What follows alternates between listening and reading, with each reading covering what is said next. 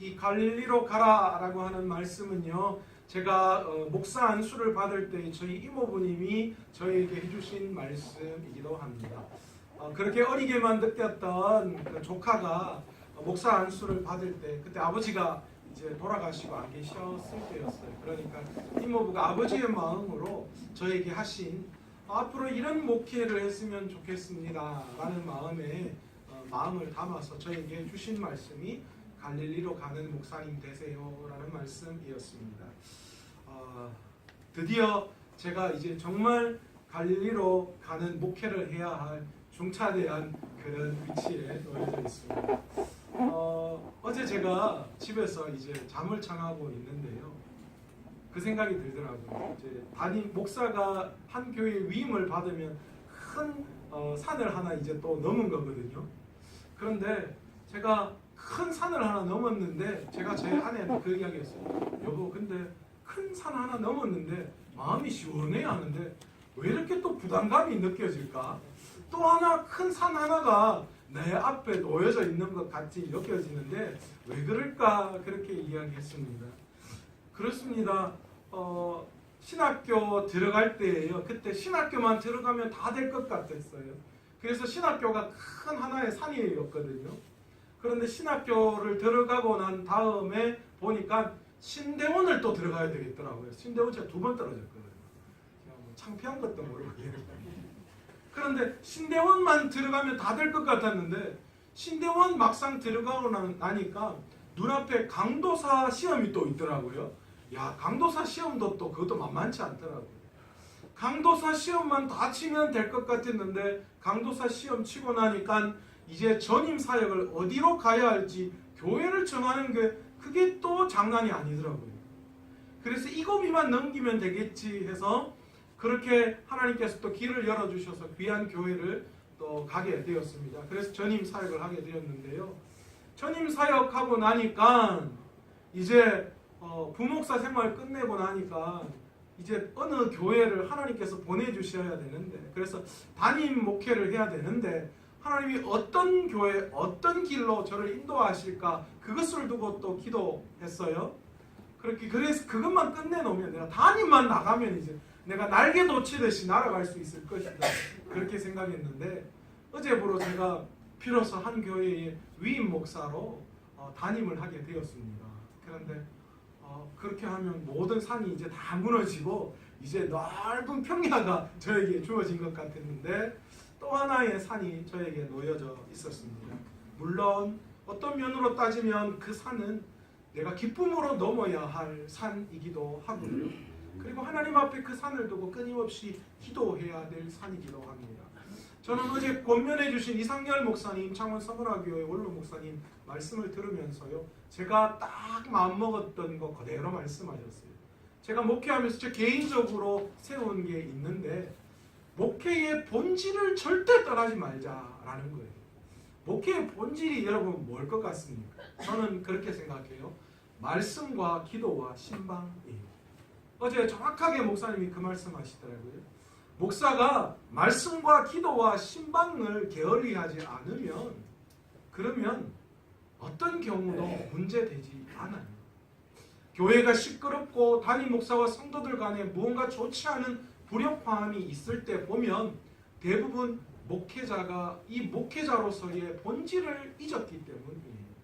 그래서 저는 제가 이 담임 목회를 나오면서 제가 생각했던 게 하나가 그거예요. 개인적으로 결코 어떤 자리에서도 말씀과 기도와 신방, 그 3가지는 내가 어떤 일이 있어도 게을러하지 않겠다라는 것입니다. 여러분, 저도 앞으로 계속해서 이게 교회가 커지면 점점 사실은 힘든 건 사실이지만, 그러나 계속해서 제 스스로가 이 목회의 본질을 놓치지 않도록 계속해서 달려가려고 합니다. 여러분, 위임이라는 뜻이 뭔 줄 아십니까? 위임이라는 뜻이 뭘까요? 우리가 위임장 이런 이야기 하잖아요. 위임 목사, 시무 목사 뭐가 다를까요? 위임 목사는 비로소 노예적으로 이야기하면 노예가 한 지교회를 잘 다스릴 수 있도록 그 권위를 그 목사님에게 위임해서 다스릴 수 있도록 한다라는 뜻의 위임이고요. 교회적인 측면으로 위임에 대한 이야기를 본다면 이 교회의 머리는 그리스도십니다. 그리스도의 권한을 이 목사에게 위임해서 교인을 잘 다스리고 예수님의 마음으로 이 교인을 말씀으로 일으켜 세우는 것, 그것이 위임 목사라는 것입니다. 제가 우리 교회의 위임 목사로 잘 달려갈 수 있도록 여러분 계속해서 기도해 주시면 좋겠습니다. 여전히 저는 다윗이 고백한 것처럼 어린 아이와 같은 존재입니다. 담임 목사이지만 여러 가지 연약하고 부족한 부분들이 너무 많습니다. 그래도 그런 연약하고 부족한 부분 보시지 않고 저의 장점만 보시고 이렇게 귀하게 한 교회에 또 여러분에게 담임 목사로 여러분들이 세워주셨는데 계속 제가 믿음 안에서 바른 목회를 할 수 있도록 기도로 동력해 주시고 또 순종하며 나아갈 수 있는, 그래서 귀한 이 교회를 하나님이 사용할 수 있는 그런 위대한 교회로 하나님 앞에 나아갈 수 있는 저와 여러분 되었으면 좋겠습니다. 아멘. 제가 여러분에게 큰 것 하나, 제 목회의 큰 두 축을 다시 한번 말씀드리려고 합니다. 첫 번째는 우리가 예배에 대한 것입니다. 우리가 어떤 일이 있어도 예배에 목숨을 걸어야 합니다. 예배에 소홀해서는 안 됩니다. 어떤 분은요 30년 목회하셨는데 30년 동안 한 번도 예배 리허설을 빠진 적이 없어요. 토요일 날 같은 시간에 똑같은 내용을 가지고 똑같이 예배 리허설을 하는 거예요. 아니 뭐 그 정도 되면 굳이 리허설할 필요 있나? 그러나 그렇지 않습니다. 그분에게 예배는 전부였어요. 그러니까 매번 예배를 위해서 자기가 최선의 준비를 다하는 거예요. 저는 저와 여러분 모두가 다 오늘 드려지는 이 예배에 최선을 다할 수 있는, 그래서 하나님이 기뻐하시는 예배를 만들어가는 저와 여러분 되시기를 원합니다. 그 어떤 것도 이 예배를 방해하거나 이 예배를 소홀하게 하는 그 모든 것들 있어서는 안 돼요. 우리는 예배자들입니다. 그렇기 때문에 그 예배자로서 반드시 우리의 삶으로 이 예배의 성공자들이 되어야 한다라는 것입니다. 두 번째는요, 한 영혼을 향한 마음. 하나님께서 저에게 왜 이렇게 작은 교회부터 시작하게 하시는가? 저는 그 마음을 주셨어요. 한 영혼을 향한 소중함을 잊어버리지 않게 하시기 위해서 주신 마음이라고 생각합니다. 여러분 왜 큰 교회 다 갈 수 있는데 이 교회에 오셨어요? 권 집사님, 유로교회도 있고 산성교회도 있고 이 지역에 큰 교회가 얼마나 많은데 왜 우리 교회에 오셨어요? 박 집사님, 이렇게 얼마나 큰 교회가 많은데 왜 우리 교회에 오셨어요? 예, 하나님께서 우리 모두에게 다 가르치신 것이 있다면 이 교회에서 한 영혼의 소중함을 깨닫는 거예요. 한 영혼이 올 때마다 얼마나 우리 성도님들이 기뻐하고 반기는지 몰라요. 가끔 오시는 우리 박 집사님도 저렇게 오시면 얼마나 좋을지 몰라요. 저기에서 모르는 분이 들어오실 때쯤 되면요, 이쪽 부위에서 슬렁슬렁하기 시작하셔요. 우리 장로님들도 거기가 12번도 떠다 누구야? 저는 백원사님 그 말씀하시는데 저는 새 가족이 오시면 얼굴이 막 울그락해진대요. 왜냐하면 너무 감사하고 너무 좋거든요. 한 영혼을 향한 마음을 잊어버려서는 안 돼요. 우리 모두가 다 그 영혼을 향한 마음을 저버리서는 안 돼요. 여러분 우리가 천국에서 받아야 할 게 뭐라고요? 무슨 면류관요? 생명의 면류관. 그 생명의 면류관 받기 위해서 이 땅에서 우리가 생명 살리는 일, 한 영혼이 소중함을 알고 그 영혼을 살려내는 일, 그것이 정말 중요한 일이라는 거예요. 다른 게 아니에요. 다른 건 다 부수적인 거예요, 여러분. 여러분 이 땅을 살아가는 것도 여러분 이 땅은 여러분 여행지지 본향이 아니에요. 고향 아니에요. 잠깐 들렸다가 가는 곳이죠. 그래서 여기가 중요한 게 아니라는 거예요. 우리가 그것을 깨달아요. 한 영혼을 향한 마음, 그 마음을 저버려서는 안 된다라는, 제가 꿈꾸는 목회가 그겁니다. 예배의 성공자, 한 영혼, 한 생명, 그 생명 소중함을 알고 나아가는, 그것이 살아있는 교회, 그래서 하나님께 기쁨되고 세상에 소망을 주는 교회가 되어지는 것, 그것이 제 목회의 최종 목적입니다. 저와 여러분 모두가 다 그것을 위하여 달려갈 수 있는, 그것을 위하여 마음을 한데 모으고 하나 되어서 모든 시간과 물질과 에너지를 그것을 위해서 쏟아낼 수 있는 저와 여러분 되시기를 간절히 축원합니다. 갈릴리는 예수님에게 있어서 너무 의미 있는 장소이기도 합니다. 갈릴리는 예수님의 사역의 중심지였습니다.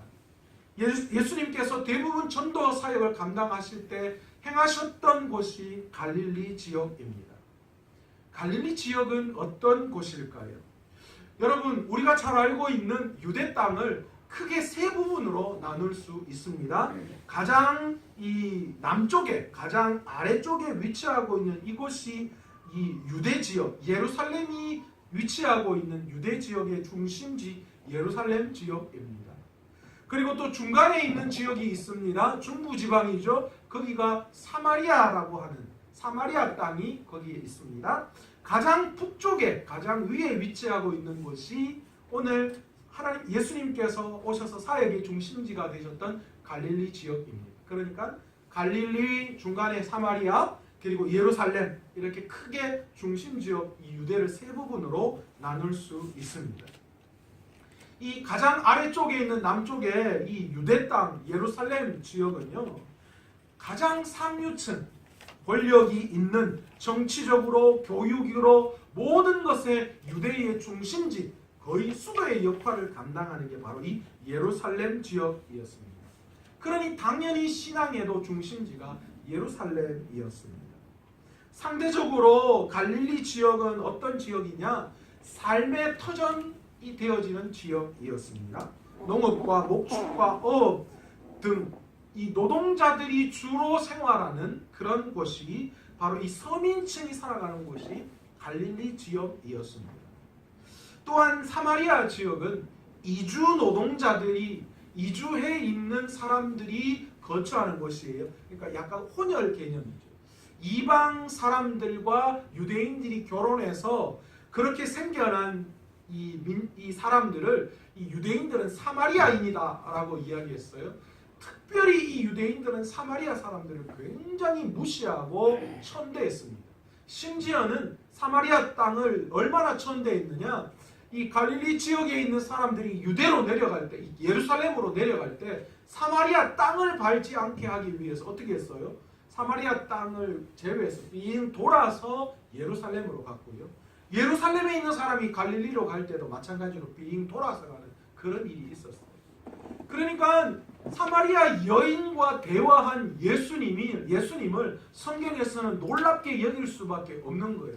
어떻게 여자와, 그것도 사마리아 여인의 여자와 예수님이 대화할 수 있느냐 할 만큼 이 사마리아 지역은 외국인이 거주하고 또 자국민이 되었지만, 외국인 중에 자국민이 되었지만 천대받는 사람들, 그 사람들이 살아가고 있는 곳이 사마리아 땅이었다라는 거예요.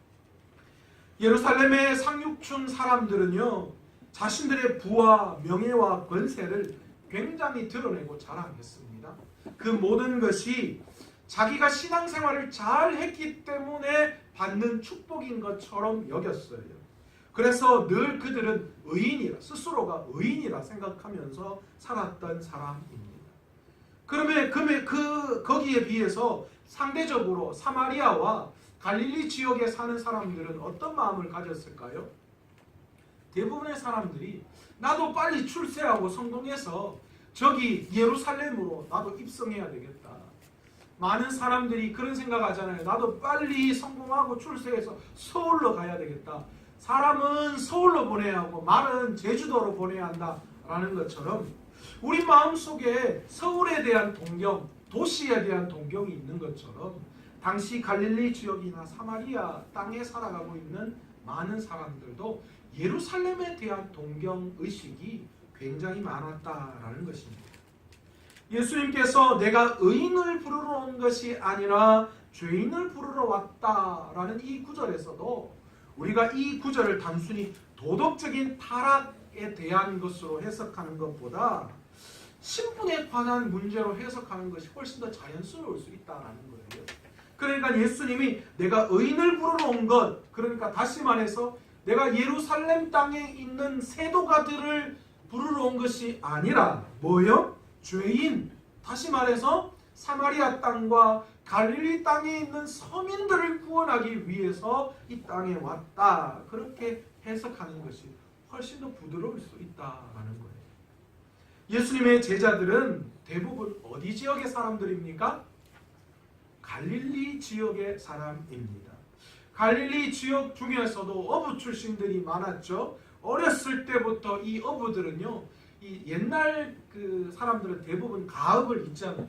그래서 예수님이 아버지, 육신의 아버지였던 요셉이 목수의 아들, 목수였기 때문에 목수의 아들, 그래서 예수님도 목수 일을 하셨다라는 거죠.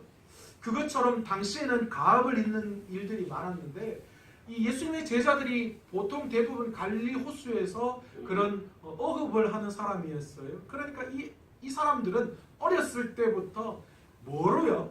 바닷가에서 잔배가 굵었던 사람이죠. 그러니까 뭐 그 당시에 교육을 철저하게 어디 받았겠습니까? 어렸을 때부터 물질하면서 조금 크면 아버지 따라다니면서 배에서 그물질하고 평생 그것만 했던 사람들입니다. 그러니까 그 사람들이 무언가 어떤 특별함을 자랑하거나 그런 것이 없었어요. 그들은 그랬기에 늘 마음속에서 예루살렘을 동경했던 거예요. 나도 빨리 출세해서, 나도 빨리 성공해서 예루살렘 땅에 가서 좀 떵떵거리면서 살아갔으면 좋겠다라는 그런 마음이 있었던 거예요. 어쩌면 늘 죄인처럼 살아가던 그들에게 예수 그리스도께서 그들을 부르실 때의 그들의 마음속에는 어쩌면 이 예수님을 통하여서 내 삶에 큰 신분의 변화가 일어날 수 있을 것이다. 나도 이제 이 지긋지긋한 갈릴리 땅을 떠나서 예수님이 예루살렘으로 입성하실 때에 나도 예루살렘에서 힘있고 돈있고 권력있는 그런 신분의 변화를 통하여 떵떵거리면서 지금 예루살렘에 살고 있는 그 사람들처럼 나도 좀 그렇게 큰 소리 치면서 한번 살아볼 수 있겠구나 라는 그런 생각들이 여전히 그들 마음 가운데 있었을 거예요. 제자들은 당연히 이런 현실적인 신분 상승을 기대했어요. 3년 반이라는 시간 동안 그들은 왕으로 오신 예수 그리스도께서 언제 세상을 다스릴지 빨리 좀 이 로마의 압제에서 자신들을 해방시키고 유대인의 왕으로 오시기를 그들은 기다리고 기다렸다라는 거예요. 그들의 신앙의 초점은 그거였어요. 언제 주님이 이 땅의 왕으로 등극하실 것인가? 그래서 우리의 신분을 상승시켜 주실 것인가? 마지막 십자가의 길을 위해서 예루살렘으로 입성하신 예수님, 그 모습을 제자들이 함께 나누었습니다. 많은 사람들이 그 예수님을 보고 환호하기 시작했어요. 유월절 예식과 성만찬 분위기를 통하여서 그들은 이제 곧 예수님이 지금 뭐 하신다는 거예요? 예루살렘에 들어오셔서 이 예루살렘을 엎으시고 이 예루살렘을 로마에서 구원해 주셔서 이 예루살렘을 다스릴 것이다. 유대를 다스린 왕으로 오실 것이다. 그렇게 생각했어요. 그들은 예루살렘으로 예수님이 입성하실 때 그 마음이 아마 가득했을 거예요. 그런데 이게 웬일입니까? 아무런 능력 없이 예수님은 그만 십자가에 달려서 죽고 마셨습니다. 예수님이 마지막 유월절 만찬을 통하여 제자들에게 무엇이라고 말씀하셨습니까? 너희가 나를 다 버리리라. 내가 목자를 치리니 양들이 흩어지리라. 그러나 내가 살아난 후에 너희보다 먼저 갈릴리로 가리라. 예수님은 제자들의 마음을 너무 잘 알고 계셨어요. 그래서 최후의 만찬, 유월절 마지막 만찬에 그들에게 말씀하는 거예요. 너희들 내가 죽을 거야. 나 십자가에 죽을 거야. 그 의미를 제자들은 전혀 알 수가 없었습니다. 그리고는 예수님이 말씀하십니다. 내가 십자가에 달려 죽을 때 너희들 다 날 버릴 거야. 그런데 내가 다시 살아나고 그래서 내가 갈릴리로 갈 건데 거기에서 너희를 다시 만날 거다. 그렇게 말씀해 주셨습니다. 제자들은 도저히 이것을 이해할 수가 없었습니다. 왜요? 그들의 신앙의 중심은 다른 곳에 있었기 때문이죠. 단순히 예수님이 자신을 시험한다라고만 생각했어요. 그래서 다 아니라고, 다 우리가 예수님을 버리거나 부정하는 일이 없을 거라고 그렇게 장담했습니다. 그런데 결국 예수님께서 아무런 힘없이 세상적인 신분 상승의 그 어떤 변화 없이 십자가에서 그냥 죽고 말하셨습니다. 제자들은 예수님의 말씀처럼 다 예수님을 버렸습니다. 뿔뿔이 다 흩어지고 말았습니다. 그들은 자신이 살던 갈릴리 고향 땅으로 힘없이 돌아갔습니다. 여러분, 성공하려고 서울 갔는데 쫄딱 망해버리고 그래서 다시 고향으로 돌아오는 사람의 마음이 어떨까요? 아마 제자들이 그 마음이었을 거예요.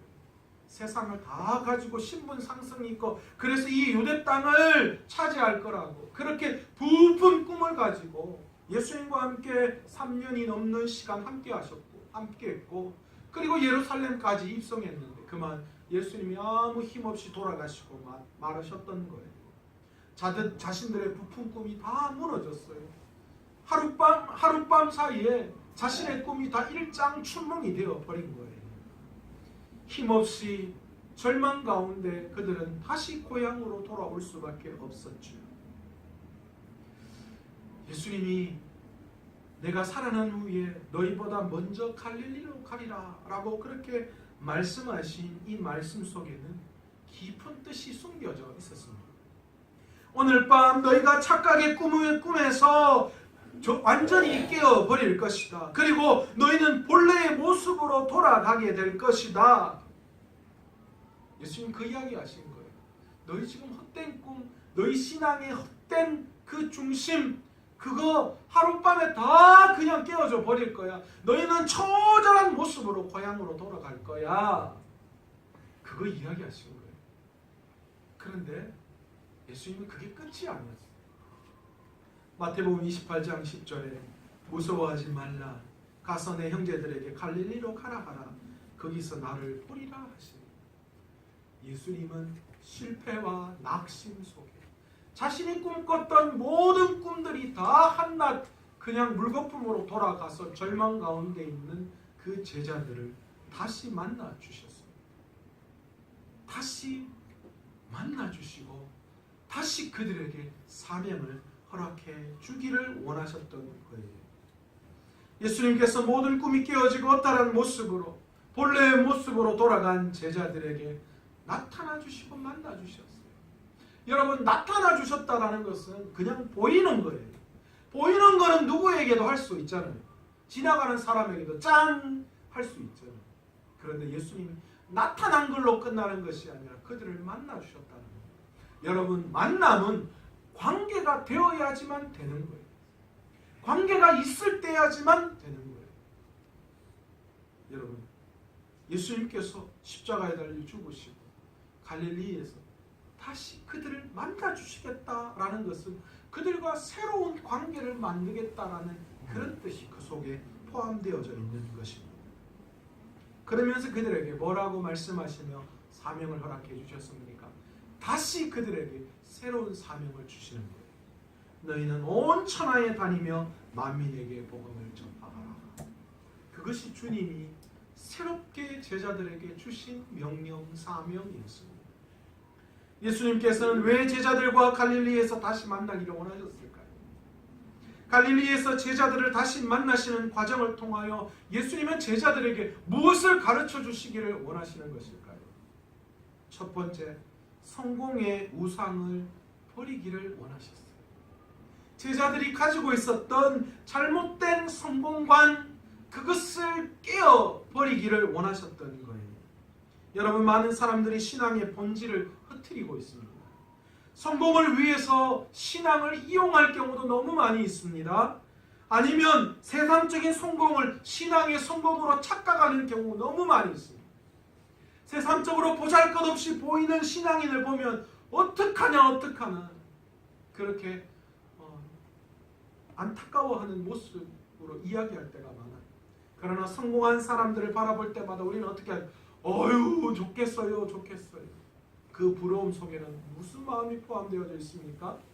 내가 성공하면 신앙으로 성공한 것처럼 보여요.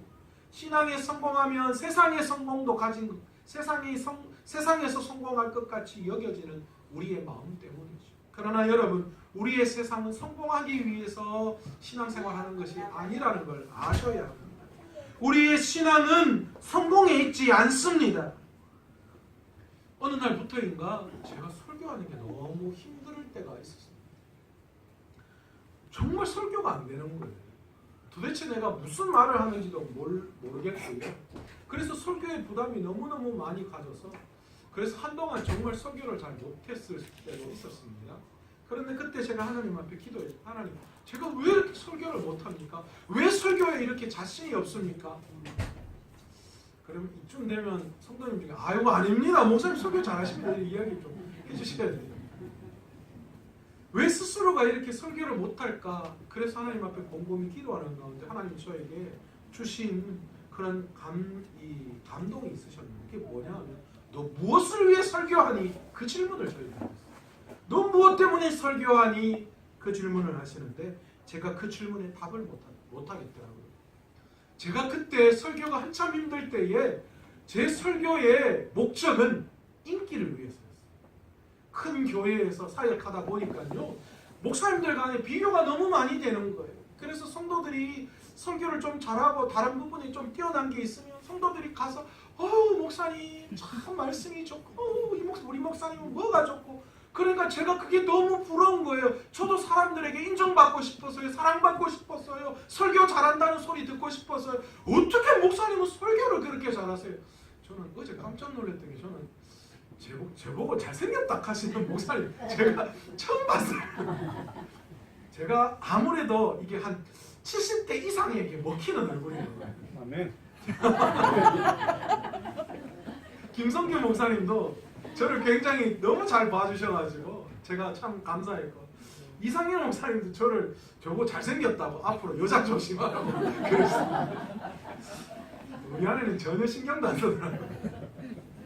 자네 잘생겼습니까? 조심해야 되겠네. 많은 사람들의 인기 얻고 싶었어요. 좋은 이야기 듣고 싶고 그런 마음이 제 마음에 있었어요. 그래서 저는 설교를 그렇게 타겟을 뒀던 거예요. 세상 가운데 포퓰리즘이라고 하는 단어가 있잖아요. 세상 인기에 급급하는 거. 정치인들도 그렇고 다 그렇잖아요. 목회자인 저도 설교를 하는 저도 그랬어요. 은혜를 미치고 성도들에게 큰 영향력을 주는 거 그거는 목사가 해야 할 일입니다. 그게 잘못된 건 아니에요. 그러나 그 중심에 주님이 영광 받아야 할 그 자리에 주님의 영광이 들어야 할 그 자리에 내가 서기를 원하고 내가 인기 받기를 원하고 내가 중심이 된 그게 잘못됐다. 제가 그걸 내려놓으니까요. 설교가 한결 좋아졌어요. 한결 편해지더라고요. 저보다 설교 잘하는 분 무궁무진하게 많다고 인정하니까 너무 자유롭더라고요. 그제서야 제가 귀가 열리고 은혜롭게 들리더라고요. 다른 분들 설교하면 목사님들 특히요. 목사님들 자꾸 이렇게 까면 안 되는 거예요. 목사님들 세계에서 앉아놓고 목사님들이 설교를 들으면요. 해요. 이거는 교리적으로 이걸 이렇게 풀고 말이에요. 이거는 이래 하면 안 되는데 설교 왜 이래? 이게 앞뒤가 영 은혜 받아라 하니까 은혜 안 받고 설교를 난도질하고 있어요. 난도질하고. 그게 목사들이에요. 그런데요. 저희가 마음을 좀 내려놓고 그런 인기에 의존하는 그런 마음, 세상적인 그런 마음이 아니라 하나님의 말씀을 말씀으로 듣고 말씀을 전하는 제가 그 영광을 스스로 받으려고 하지 않은 그 순간부터 목사에게도 귀가 열려서 하나님의 은혜로 들리더라고요. 아무리 부족한 이제 갓 신학교 간 교육 전도사님이 설교하는 그 설교에도 은혜가 되기 시작합니다. 여러분, 성공이 무엇입니까?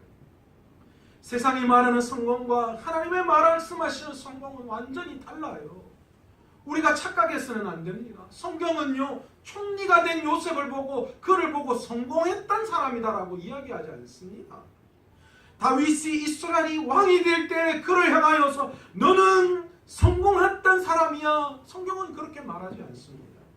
포로가 왕후가 되었기 때문에 성경은 에스더를 향하여 성공한 사람이다 말하지 않습니다. 포로가 술 맡은 관원장이 되어서 포로로 끌려간 어린 꼬마가 바벨론의 총리가 되었다고 해서 결코 그를 성공자라고 성경은 이야기하지 않는다는 거예요. 하나님의 성공은 무엇일까요? 하나님이 말씀하시는 성공은 끝까지 하나님을 향한 사랑의 마음이 변하지 않는 것, 그것이 신앙의 성공이라고 주님은 말씀합니다. 내가 어느 상황, 어떤 곳에 있는가 그걸 보시는 것이 아니라 어떤 여건, 어떤 상황 속에서 하나님을 향한 그 사랑이 변함없을 때, 그때 비로소 하나님은 우리를 향하여 너 성공한 사람이야, 너 그게 신앙의 성공이야 말씀하고 계시다라는 거예요. 아멘. 여러분, 하나님의 성공은 세상과 같지 않습니다. 하나님의 성공은 우리가 축복의 통로가 되어서 온 천하 만민이 주님의 능력으로 잘 되는 것, 그게 주님이 보시는 성공이에요. 우리가 축복의 통로가 되는 거예요. 축복이 들어오면요, 축복의 통로가 뭐예요? 거기에 지나가는 거잖아요. 머무르게 하는 게 아니라. 어떤 분들은 머물러서 그것이 많아지는 게 축복이라고 생각합니다. 그러나 그렇지 않습니다. 주님이 말씀하시는 축복은, 성공은 우리가 축복의 통로가 되지는 거예요. 우리를 통하여 복음이 물밀듯이 솜살같이 계속해서 흘러나가야 돼요. 그렇게 잘 흘러나가면 주님이 어떻게 하시겠어요? 더 많은 걸 공급하시겠죠. 그러나 흘러가다가 정체되고 막히고 거기에서 그냥 고여 있으면 그 축복은 썩게 되어 있어요. 문제가 되게 되어 있어요. 그러면 주님이 점점 흘려보내주시지 않는 거예요. 신앙생활은 우리를 잘 보면 세상 사람들이 말하는 성공을 쫓아서 지금도 쫓아가고 있어요. 축복의 통로가 되게 해달라고 우리가 기도하지만 축복이 내 삶 속에 좀 머물러 있었으면 하는 생각을 하는 것도 사실입니다. 우리가 신앙의 성공을 이야기하면서 하나님을 향한 마음 거기에 있지 않고 세상 가운데 있어서 세상의 것을 다 가지면 그것이 성공한 그리스도인, 그렇게 여겨질 때가 참 많아요. 그러나 진짜 성공은 하나님을 향한 마음이 변하지 않는 데 있다. 내가 신앙을 성공했느냐 성공하지 않았느냐, 그건 바로 내가 지금 이 어려운 상황 속에서도 하나님을 향한 마음이 변함이 없을 때, 그것이 바로 내가 신앙생활 잘했구나, 내가 신앙의 성공자이구나, 그렇게 느낄 수 있는 것이다 라는 거예요. 하나님께서 보시는 축복과 우리 인간이 생각하는 축복의 개념이 달라요. 이 땅에만 있어요. 이 땅에만. 그러나 하나님이 보시는 축복, 하나님이 보시는 성공은 이 땅에만 머물러 있는 것이 아니라 하늘에 가면 더 큰 의미와 능력이 나타나는 것이다 라는 거예요. 내가 지금 이런 내 성공과 내 삶의 것들을 위해서 오늘 내 신앙의 길을 걸어가고 있지는 않은지, 나도 혹시 영적인 성공주의에 빠져서 하나님이 받으셔야 할 영광의 자리에 내가 서려고 하고 있지는 않은지, 내가 세상적인 성공을 주님을 통해서 찾으려고 하고 있지는 않은지, 내 스스로의 신앙을 철저하게 점검해 보아야 합니다. 믿음 좋은 신앙은 무엇인가? 믿음 좋은 사람은 다 세상에서 성공해야 되는 것일까요? 아닙니다. 그렇지 않습니다. 그것은 전적으로 틀린 생각입니다. 오히려 우리들이 믿음의 길을 걸어가기 때문에 수없이 많은 더 역경과 환난이 우리에게 자리 잡고 있습니다.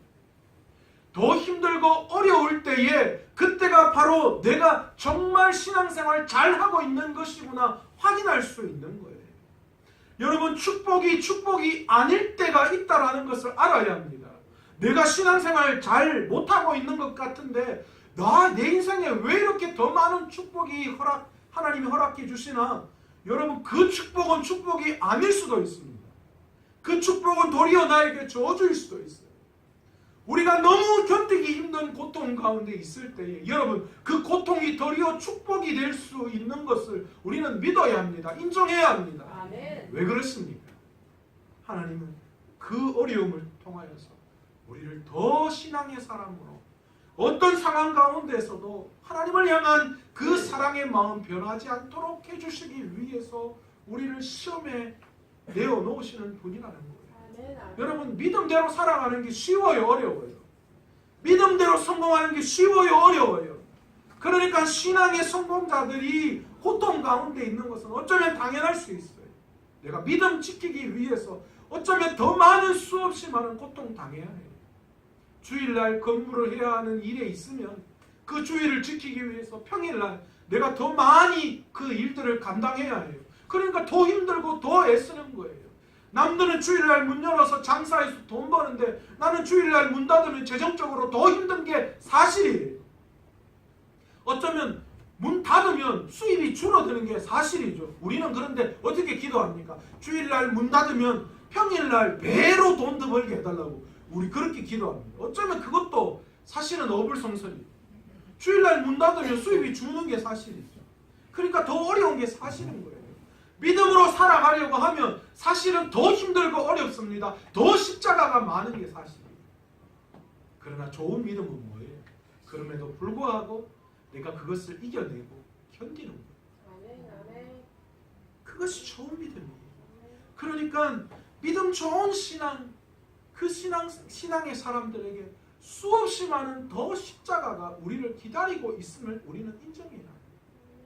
그럼에도 불구하고 우리가 어떻게 그것을 이겨낼 수 있습니까? 우리 하나님으로 말미암아 기뻐할 수 있다라는 거예요. 아멘. 하나님이 나에게 주실 저 천국, 그 천국을 바라보면서 내가 기뻐할 수 있다는 거예요. 아멘.